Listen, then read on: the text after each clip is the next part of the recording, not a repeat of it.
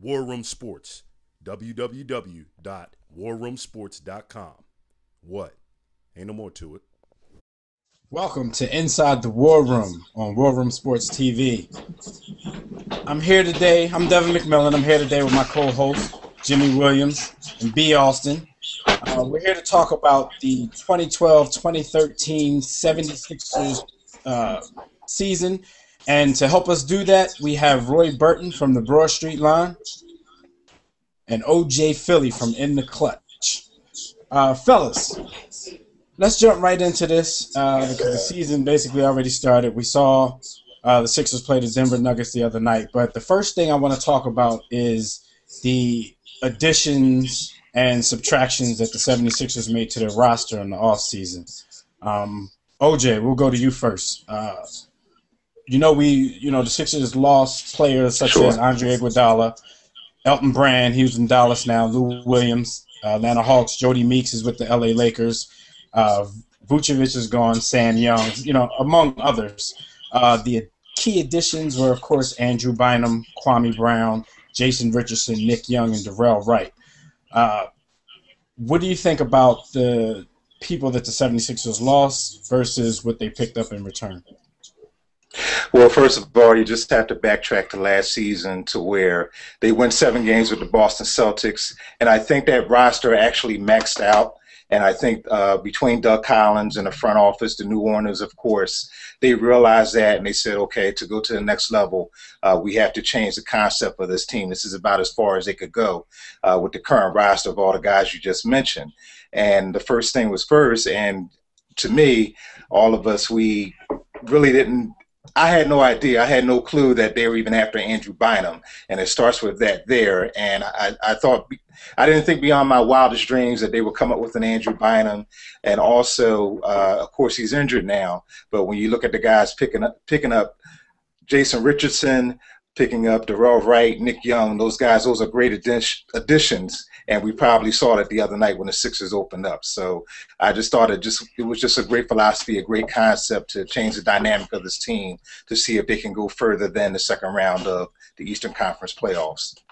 Yeah, it kind of looked like they were concentrating on shooters specifically. Right. Roy, you have anything to add to that? Well, that was the thing. It was like for years now, it's like we had one designated shooter, and that was Jody Meeks for the last couple of years. And I mean, when Jody Meeks wasn't on, I mean, he was basically worthless out on the court. Now we have 3 guys who can knock down that open shot. So instead of relying on Jody Meeks just to kind of camp out in that corner, you have Nick Young who can shoot and put the ball on the floor. Same with Darrell Wright. Same with Jason Richardson. It's going to just, it just spreads the floor, for everybody else on the roster. And then hopefully when Bynum gets back, that's even going to be more opportunities for the shooters to get their shots, as well as guys like Evan Turner and Drew Holiday to attack the basket. Right. Jimmy, what are your thoughts on last year's roster as opposed to the current crop of guys? I agree with OJ. I was actually a little shocked when they made the move because it kind of came out of nowhere. But it definitely improved the team considering that Andrew Bynum is one of the top, maybe 2, if not 3 centers in the NBA. Not that there's many centers available. But I'm looking forward to seeing how he meshes with the team. We watched him play the other day, but again, we know he didn't play. So it only can get better from here, depending upon how you look at it, because he is very injury-prone, and we all know about his attitude issues. But I'm definitely looking forward to it. It's a nice upgrade. But for me, one of the key things I want to see is the improvement of Evan Turner. Because if I'm being honest, I'm still disappointed at, his progress, if you want to call it that. Right. B. Austin, your thoughts on last year's roster in comparison to what they have now? Well, Dev, I have to give my shout out to Tony DeLeo. I think that he's making big moves, and I, as a Sixers fan, really appreciate it. I'm excited at them taking an approach of building from the inside out. So I think what they're definitely doubling down on Andrew Bynum, saying you're going to be our guy. We're going to run an offense through you, and we're going to surround you with the talent that can essentially support your growth and move us into a direction of a perennial playoff powerhouse. I like Nick Young in a sense that you've got a dynamic scorer. IQ-wise, shot selection-wise, we all know that he's going to put up his fair share of missed shots and stray bullets, so to speak. But overall, I like what he does. I think Richardson is very efficient. Thad Young is developing and still provides you with kind of an inside-outside type of guy. Darrell Wright, I'm interested in seeing what he's going to bring because I don't think he's ever lived up to his potential, and now is an opportunity for him to really step it up to the next level. So I'm excited. I'm very excited. Doug Collins, great coach. We don't have a lot of egos, I think. I think we've got a real team concept going.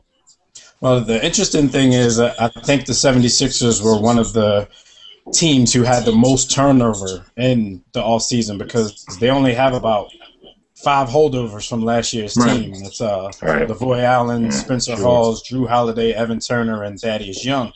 That could actually be a starting 5 right there, but that wasn't the starting 5 that they chose to go with on opening night. But we'll get to that in a minute. Roy, we just touched on it a little bit, but let's talk about strengths and weaknesses of the current lineup, and what do you see in that department?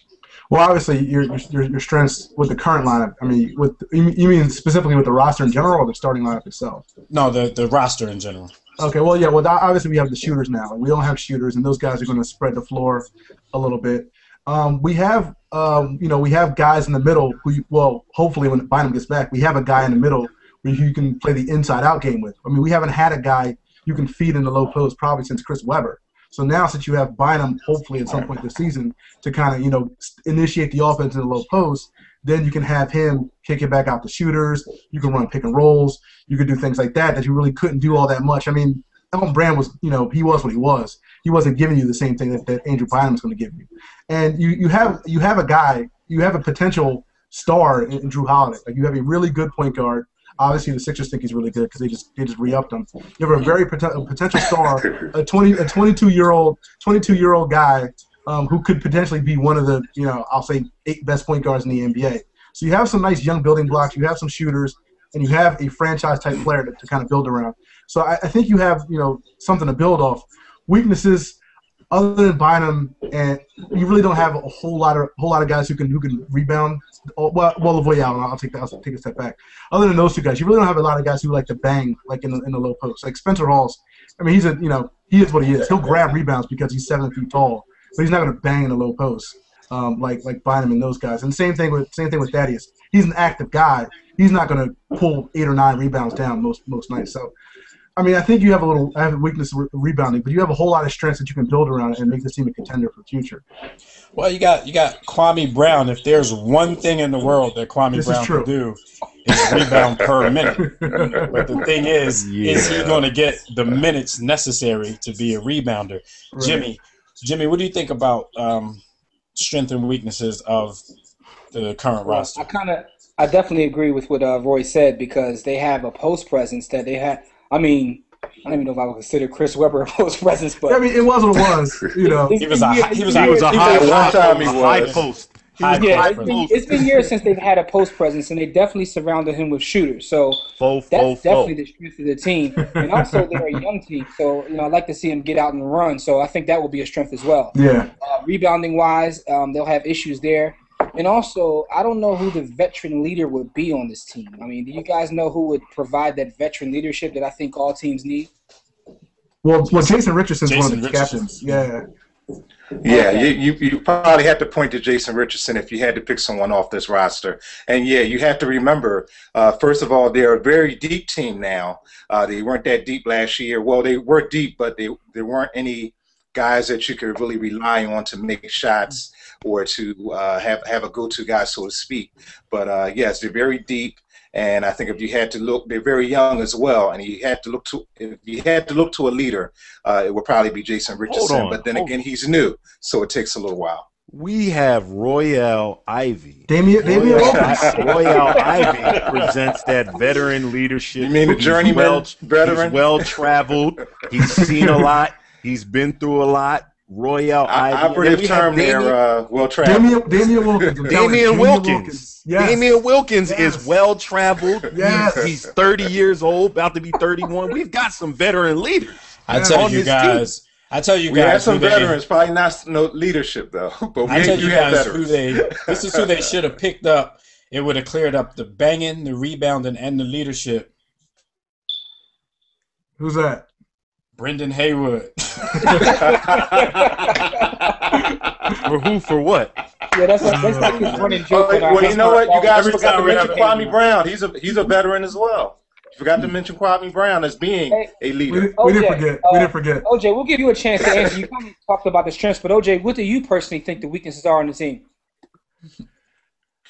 Well, the weaknesses, I think you go back to when you traded Andre Iguodala, and again, that happened during the Olympics during the summer. And I think they're a lot stronger offensively as far as being able to shoot, be able to score points. But I do kind of wonder if they'll take a step back defensively. Who's going to be that go-to guy, that one guy who's going to D up some of the best guys in the Eastern Conference or even in the division? Who's going to D up a Paul Pierce? Who's going to D up a Darren Williams or Joe Johnson during crunch time? That's the one question that I have.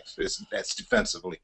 You know, I think that now they've moved to more of a team defensive concept, and Doug Collins has always preached you will defend. So, you know, while they don't have that quote-unquote defensive stopper, I think Thaddeus Young can fill that role. I think Darrell Wright, by sheer circumstance, has had to be a defensive stopper when he was in Miami. When he got out to Golden State, he got a chance to chuck it up a little bit because they don't play defense in the state of California when in the NBA. But I think that collectively our team will defend. You know, do we have that stopper? Probably not. But I think we'll be okay. I think we'll be okay as a team. All right, well, on opening night against the Denver Nuggets, the 76ers opened up with a starting lineup of Thad Young, Evan Turner, LaVoy Allen, Jason Richardson, and Drew Holiday. OJ, were you surprised by that starting lineup? And, you know, with Bynum out, do you think that's the most effective starting lineup that Collins could put out there? Not so much. You have to realize that knowing that Bynum would be out, and we don't know how long he's going to be out. Is it going to be a week? Is it going to be 2 weeks? Whatever. I just kind of had the feeling that Doug Collins will kind of mix and match the lineups until at least, or get some guys that could hold the fort down until Andrew Bynum comes back. And I'm sure when he does, you'll see a much different lineup. And again, it's a lot of new additions. They're very deep. So I think it's a good thing that Doug Collins does have a lot of options to go with in the starting lineup. And of course, it goes back to the old saying, it's not really who starts, it's who finishes. Right. Roy, you think it was more of a mix and match thing due to who they were playing? You know, they may go small against a fast team like Denver. You know, if they play somebody else that's bigger, maybe they'll switch it up a little bit. Well, that was my thought. But then I talked to one of the Sixers beat writers the other day on the show, and he said that Doug is committed to having Thad at the 4, and either LaVoy when Bynum's out at the 5 or Bynum at the 5. So to me, it would make sense to kind of mix and match based on certain teams. Like if you're playing a team with a stretch 4, you would probably play Thad at the 4 as opposed to Spencer Hawes. But I think Doug is committed to this lineup, and if LaVoy plays as well as as badly as he did on the other night, I think he's going to have to move Spence into the starting lineup until Bynum gets back. Yeah, I've always seen Thad in my mind eventually moving to the 3, but as the game kind of evolves, I think him at the 4. I think that's kind of par for the course, at least with our team, with the Sixers. I think he'll always play the 4 as opposed to moving down to the 3. Jimmy, what do you think about the starting lineup on opening night? I'm just interested to see. I think that it may change when Bynum comes back. But you have to get, if especially if Hawes continues to play the way he's played. You're dealing with Doug Collins. He doesn't have a problem changing his lineup. We've seen him past, so he's stuck on one thing, and that's what he's doing. Okay. Let's switch gears a little bit. Let's focus on one player. Now, this is just my opinion, but when the Sixers made the trade to send Iguodala away, I always thought that the success or failure of their trade was going to be determined by the development of Evan Turner. Do you guys agree? Do you think in order for us to be able to judge this trade, it's not only what Bynum does, if he even stays, but how Evan Turner develops into that role that Andre Iguodala played. Anybody can take it. No. Well, I think Evan Turner it's still early in the season. We've only played one game, but it's looking more and more that he might be the odd man out. I know they exercised his 4-year option, his 4th year contract-wise, but if he doesn't develop, and I know you mentioned about, Andre Iguodala possibly clearing the way for Evan Turner. Again, the Sixers have so many options this year. I don't even know if there's enough basketballs around to help Evan Turner's development, if you will. And I think maybe, depending on how the season goes, come trade time, it's not out of the realm of possibility, in my opinion, that you might see an Evan Turner moved or something like that. Wow. Roy, you agree? Yeah, I agree. I agree with that, but let me just take a step back and just go to your original question. I don't think you necessarily have to factor that Evan Turner's development into the trade. I mean, we traded Andre Iguodala for a potential cornerstone player, and if Andrew Bynum, gets healthy, and Andrew Bynum is that kind of guy that we can build around for the next, 7-8 years, then Evan Turner's development really is a bonus at that point. I mean, granted, Andre Iguodala was kind of blocking him at the 3, and Doug had this love affair with Jody Meeks at the 2, so Evan never started until the end. But I mean, as much as we want to see him develop, as long as we get something good out of Bynum over the next few years, I'm okay with however this Evan Turner story plays out. Yeah, that's a good point. And just to kind of buttress what Roy was saying, I think you can find swingmen that do what Andre Iguodala does. That's not a knock on him to say that he's not a very good player, because I believe that. But I think that it's obviously easier to find Andre Iguodala than it is to find Bynum, because Bynum doesn't really exist anymore. Right. So, as a true back to the basket, run your offense through him center, like, we've stumbled onto something if he can stay healthy. Evan Turner, I think Evan is going to develop into a poor man's. Who's the kid from Portland that just retired with the knees? Brandon Roy. And Brandon Roy, yeah. A poor man's Brandon Roy. There we go. And now he's back in Minnesota. On the bench. Still without knees, but he's back. Let me ask you guys a question, because B. Austin just said something and I was thinking about. There really isn't any back-to-the-basket centers. There's a handful at this point in the league. Do you think that – the game has evolved. You have a lot of stretch fours, and you have a lot of fives that, play facing the basket. Do you think that will kind of slow the team down by having a traditional back-to-the-basket center? Gives us an advantage. You can run when you want to run, and you can run the offense through him. Me personally, the death or demise of the back-to-the-basket center puts a lower quality product on the court. That's just my opinion. Because you got big men that are chucking up lower percentage shots. I don't care how much more skilled they are from a farther distance. It's a lower percentage shot that they're basing their game on. So it's a lower quality product. So I like having Drew out there and saying we can give you a more traditional look, or we can sit him down and put Spencer Hawes in and we can run. And just to kind of follow up on that, if you think about it, except for the Thunder, every team that has a legitimate shot of winning the title this year has a guy they can throw it to in the low post. You have to, I think on some level, you have to have that diversity in your offense, so where you can either, run your offense through a big man, or you can kind of, do whatever you want on the wings. I mean, you have the Spurs, you have Miami, you have all these, the Lakers, you have all these teams that have that guy that they can throw it to in the post, as well as the strong perimeter game, in addition to that. So. Okay, yeah. I guess you're counting. I guess you're counting Chris Bosh as the guy that can throw it to, because don't disrespect him just because he's a woman. Don't diss him because he's a woman. Christina can ball. Well, no, you had. I was just going to mention Chris Bosh, and that's a big reason why I think Miami won the title last year. You look back at the Eastern Conference Finals when Miami struggled and they had to come back from, what was it, 3-1, 3-2, and Chris Bosh was injured. And once he came back in there, it changed the whole dynamic of Miami offensively and defensively as well. And I think also what we have to remember is, looking back with basketball, it's always been designed as a big man's game. We've been so spoiled with guys like Michael Jordan and Kobe Bryant, even though he had Shaq and then Bynum, and now LeBron James, who could pretty much play any position he wants to. But it's still a big man's game because you look back, Shaq has won a title. He's won his titles.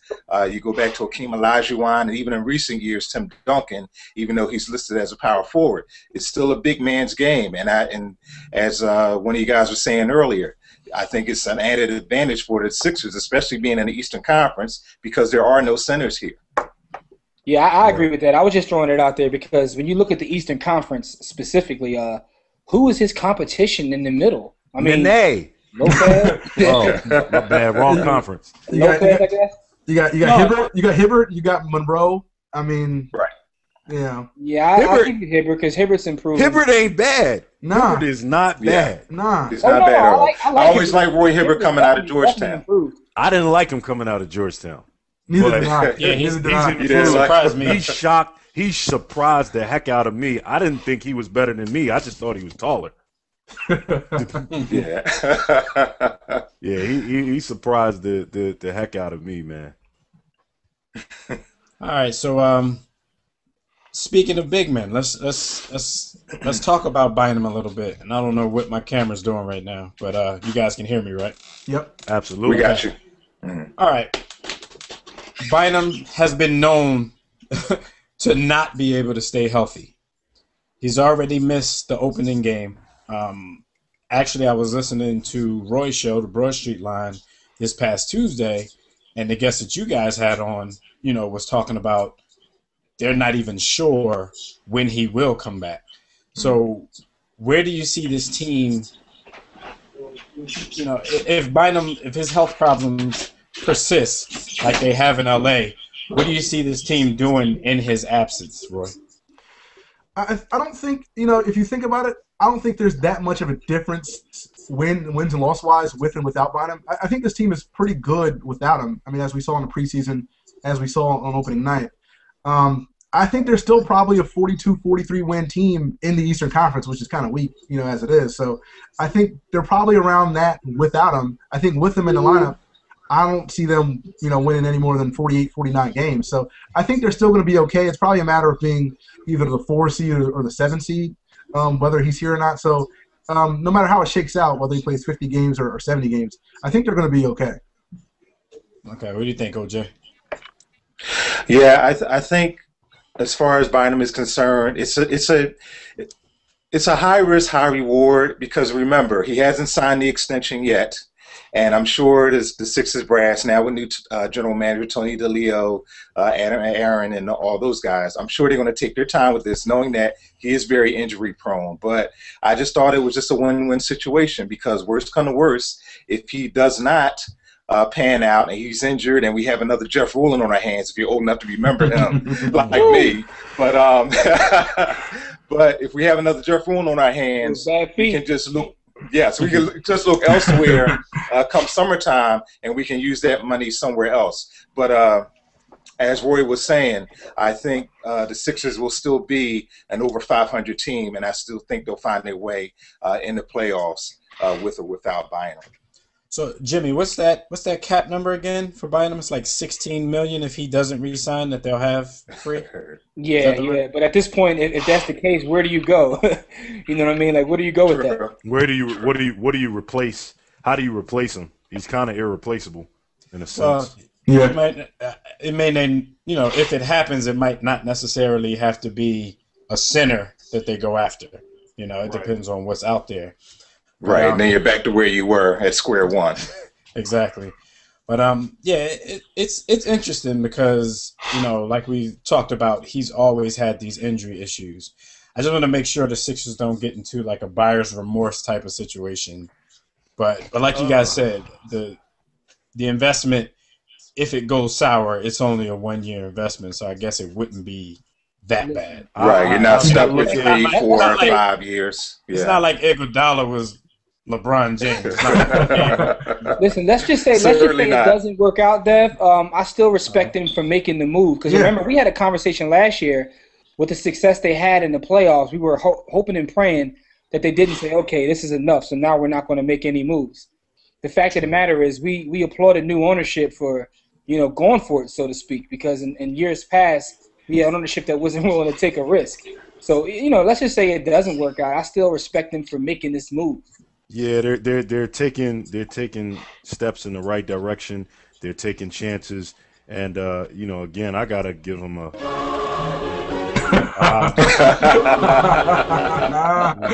It's good for even taking the steps. If we can get Bynum to a place where he's going to give us 72 games a season, I think that's enough to get us over the hump of being a perennial contender. I think we're maybe one piece away, but from what? Not perennial contender at this point, but we're one piece away from where I would say, all right, we're going to make the playoffs. That's not an issue. Like now, I don't feel comfortable enough quite to say that, but give us one more piece, we're in the playoffs regularly. I think at this point I'm comfortable with the playoffs. I don't think that's going to be too much of a problem. Hey, buddy, I'm from Philly. That's true. I'd even venture to say that they probably could finish somewhere, in the top 5 teams in the Eastern Conference. But I'm not going to jump the gun on that because that's what we're about to do. We're about to do some predictions. Jimmy, where do you see them finishing record-wise? What seed do you think, they'll get in the playoffs? If you have them making the playoffs, and how far do you think they'll go? All right, I think I'm getting ready to shock you guys. I have them winning 50 games. Wow. Yeah. I got Bynum coming in making a huge difference. I got him around 49 or 50 games, and actually have them. Listen, I'm serious. I'm dead serious. I'm Yo, not being a homer right 50 now. games? 50 games. Yo, the East is soft. East is soft. It is, but they are the Sixers. How many games is Bynum going to play? 50 games, right? Bynum's going to play 50 games. They're going to win every game he plays. Listen, There man, you go. I'm not being a homer right now. At least I don't think I am. Listen, I have them going to the Eastern Conference Finals, and I have them. Yo! Yeah, I'm dead serious. Yo! I think the team can be that good. I think, This dude is playing. Listen, man. I have them winning 50 games. Listen, going to the man. Eastern Conference Finals. All professionalism aside, man, don't do that to my team, man. You do that to your Lakers. Don't do that to my team, man. Put that type of pressure on us, man. No, I'm just being honest. When they play in the East is soft. The East is poo-poo. So I think they really can. That now everything has to go right for that to happen. Bynum has to come back and still be a dominant Can we force. beat the in middle. Pacers? But if so, Can we beat the Pacers? yeah, I think you can beat the Pacers now. We can beat the Pacers. Yeah. Yeah. I don't Y'all think the saying East saying it like it's easy work? If Well, Bynum's no, healthy? it's never easy to win a series, and then again, we're presuming that Bynum will be healthy by then, and then Right. you go up against Roy Hibbert. You have that center matchup. Who would have thought? You see that nowadays. But I thought last year had the Sixers played Indiana in the playoffs, it would have been a tough matchup for them. But I think with the shooters that they have now, the scoring, which is not going to be much of an issue, I think they can match up well with a team like Indiana. Man, Danny Granger is angry that the rest of the world doesn't consider him elite, and he balls like it in the playoffs. And Paul George, the king of Black England, is special. Danny Granger's angry at his knees for not being healthy all the time. Yeah, that's true. Yeah. I just want to say all this is contingent upon Bynum being healthy. By the way. Yes. Yeah, I mean, that's a disclaimer. I don't think the East is as soft as you fellas are making it out to be. We Of course, can't you beat got them. Miami, you got can't beat. Boston, We can't you beat. got the Knicks and Nets. Well, We can beat them because they're the Knicks and the Nets. Exactly. Chicago, I'm not gonna sweat Chicago until Derrick Rose comes back healthy. right. So, but you have Indiana. And that's probably not till January. After that, it's a toss up. If you can get past the fact that it is, and I talked about this with Roy on WRD Radio last week. If you can get past the fact that it's the South Beach Invitational, then you have that next crop of teams, and then you just put them all in one hat and you pull one out. So, but as long as Miami's strong, and I think they actually got better this year, it's a crapshoot with everyone else in the East. Yeah, the Knicks might not make it to the finish line. They're kind of old. Yeah, I think the Knicks have tremendous talent. I just don't believe in them because the Knicks have been back for about a decade. The Knicks are back, and what happens? They sputter. So individually, 40 years for them. Yeah, it's since Willis Reed came out the tunnel. Like, come on, man.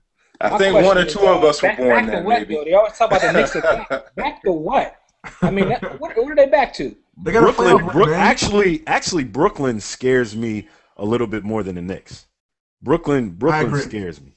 Yeah. Brooklyn scares me a little bit. Brooklyn's success is contingent upon the development of Lopez. If Lopez too, and then he, you kind of wonder if Williams and Joe Johnson will mesh. It'll probably take them half a season, and then you just kind of wonder what else they have. I know that Wallace is up there, I believe, but you just got to get past all the all the bells and whistles, and I'm sure the Barclays Center is nice and the state of the art, but when you get down to it, they have to win. Yeah, because it's still Knicks territory. Who's on their bench? Exactly. How do you feel about Sixers bench scoring and bench production? Nick, besides Nick Young.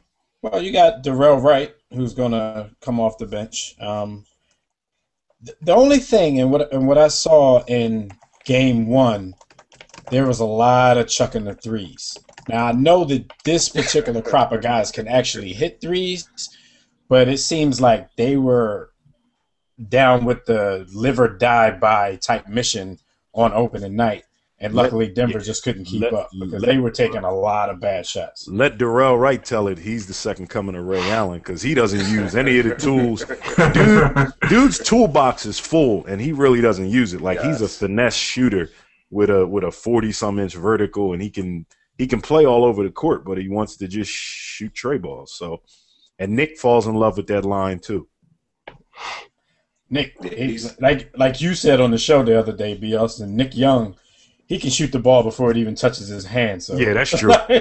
Those guys shoot from the parking lot, no question. Yeah. So OJ, what's your prediction for the 76ers this season? Well, I put them out about, and again, this as we keep saying the disclaimers, it's all dependent on Bynum. But I think when it's all said and done, they can win about 48 games. I have them at about that much, depending on how much Bynum plays. If he plays, let's say, a majority, 60-plus games, I should say, hopefully he plays at least that much.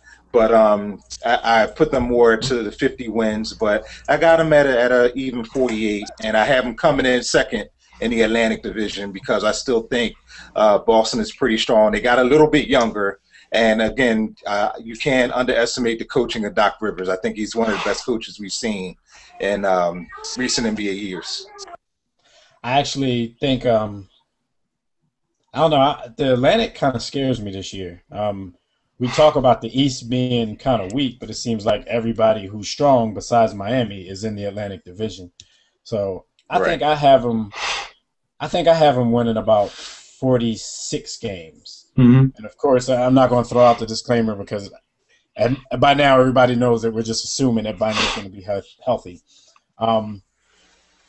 I say probably a second-round exit in the playoffs, just like last year. I mean, it was impressive last year to see him take Boston. I actually had Miami. I actually had the Sixers losing against Miami in the second round, being a 4 seed. Yeah, see, now that's the thing. Like seeding I guess so it all depends upon when they play Miami. I have them losing to Miami too. I was hoping they didn't have to run into the Eastern Conference Finals though. Yeah. Right. Yo, what's your prediction? Pain. I got them 45 wins.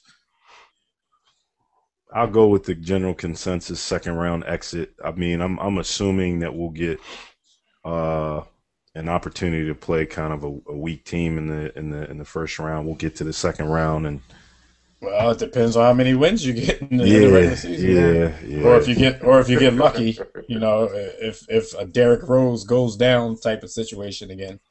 Roy, what do you see? I'm with all you guys. I'm seeing 46 and 36, probably the fourth or fifth seed. If they get the fifth, I think the Nets get the fourth. We play the Nets in the first round. We knock them out.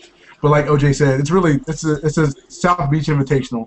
I mean, you'll go down there, you'll get some Joe Stone crabs for a couple games, get blown out, come back here, maybe try to make it a series, but I don't see them getting past we can't beat them even if one of the big three goes down. No, it's tough. Right.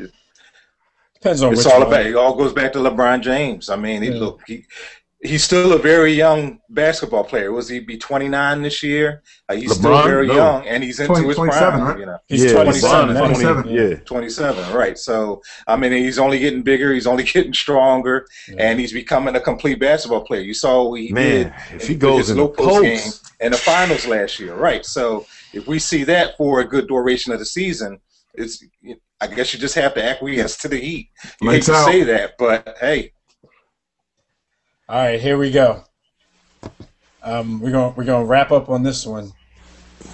If the 76ers do indeed, have the season that we all predict that they're gonna have, second round or Eastern Conference Finals, like Jimmy said, if Bynum's averaging good 20, 21 points a game, does he re-sign for the rest of this ride? Oh! Woo! Does he sign long term off of a season like that? B. Austin, what do you think? Yes. I mean, what did he say? You know what? You know what's funny? when I think of Bynum, and I'm gonna go back to the very first play I noticed him on. When he was posting Shaq up, and he hit Shaq with the whirling black tornado. I knew then that young man, he wants to be great. He wants to be his own man. So I'm going to say that the Sixers present him with the opportunity to create and craft his own legacy. Mm-hmm. And so I'm going to say that if he's putting up 21, 22 a game, 8 to 10 boards, and we're successful, he's staying. All right. Jimmy, you think Bynum re-signs after a season like that? Yeah, I definitely think he resigns because the Sixers can offer him a lot of money. I mean, that is unless Houston got some more money they want to throw around. But I do see him staying. Well spent after one game. OJ, what do you think?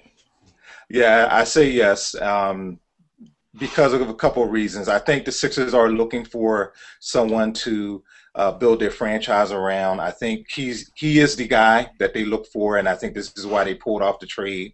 And again, I think he will be healthy for the most part. He's still a very young man. I know he has knee problems, but I think they will re-sign him and re-sign him to the max deal because you have to have somebody to revive this franchise around. Okay, Roy, you can end it with your opinion, but right after your opinion, tell everybody, how they can hear your show, how they can find you on Twitter, all that good stuff. Do your commercial, as we say in the War Room. Just to kind of echo everybody's statements, Bynum's going to stay. I mean, they're going to offer him the max deal. They're the only team that can give him a 5-year deal. They're going to give him that $100 million max deal. And except for LeBron and Bosh, nobody really walks away. And they were a signing trade. Nobody walks from max money. Like no one walks away from a max deal. So I don't see the Sixers offering him that 5 and 100. And him deciding to go to Atlanta or another team like that. Like, B. Austin said, he can craft his legacy here. He's 25 years old. He's going to make $20 million a year. This is going to be his team. If he's putting up, 20 and 10, then, I think it's a no-brainer. But just to kind of just give you a little about me, check out the Broad Street Line each and every Tuesday night, 6 p.m. on Blog Talk Radio, blogtalkradio.com/Broad Street. And also check me out on Bleacher Report and SB Nation's Liberty Ballers blog. Roy Burton, catch me on Twitter as well, @TheBSLine. All right, OJ. Give us your commercial. All right, all right. You can join me and my lovely co-host Diva D every Tuesday evening at 8 p.m. Eastern Time on Blog Talk Radio and the Clutch Sports Radio. Just go to blogtalkradio.com/InTheClutch. And I also co-host Philly Sports Rap on Saturday mornings actually with Phil from Mount Airy on 900 AM WRD Radio, and I also do some blogging on ShamaraOnline.com. All right, Jimmy, tell those people where they can find us. Yo, basically, WarRoomSports.com. Everything else on the internet, Instagram, Facebook, Twitter. We everywhere. WarRoomSports.com. You can find everything you want to find. We're all over the internet. All right, then you can catch our radio show from 6 to 8 p.m. every Thursday at WarRoomSports.com. Fellas, we'd like to thank y'all for joining us inside the War Room tonight. We had a ball, and we definitely got to do this again. Thanks for having me. It was fun. Thank you, gentlemen. Until next time, everybody, don't accept mediocrity and continue to war against ignorance. Peace.